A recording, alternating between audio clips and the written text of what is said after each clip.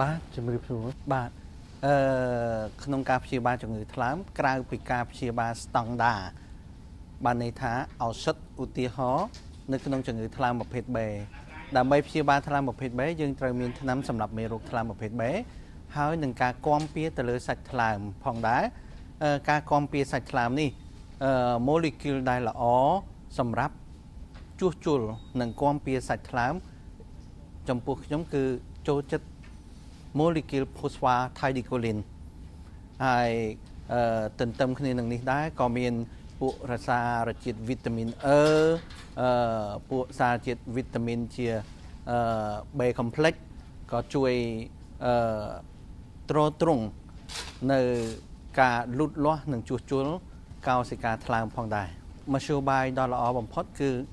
កាត់បន្ថយការឃោសនាការនិងសកម្មភាពផ្សេងៗដែលគ្រប់គ្រងឲ្យការលក់ផលិតផលនៃគ្រឿងស្រវឹងបាទក៏ប៉ុន្តែនេះគឺជាចំណាត់ការដែលយើងសង្ឃឹមទុកហើយមួយវិញទៀតនោះគឺអប់រំតាមសាលារៀនតាមបែបក្រុមគ្រួសារក៏ដូចជាតាមកម្មវិធីសុខភាពផ្សេងៗឲ្យបានកាន់តែច្រើននិងទូលំទូលាយជាងមុនដើម្បីឲ្យប្រជាពលរដ្ឋទាំងអស់យល់ដឹងថាការពិសាស្ត្រាអាចធ្វើឲ្យប៉ះពាល់ដល់សុខភាពថ្លើមរបស់ពួកគាត់រហូតដល់អាចធ្វើឲ្យក្រិនថ្លើមអញ្ចឹងហើយពួកគាត់ចាំបាច់ត្រូវឈប់ពិសាស្រា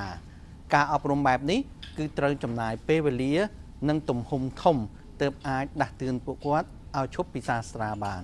Mega We Care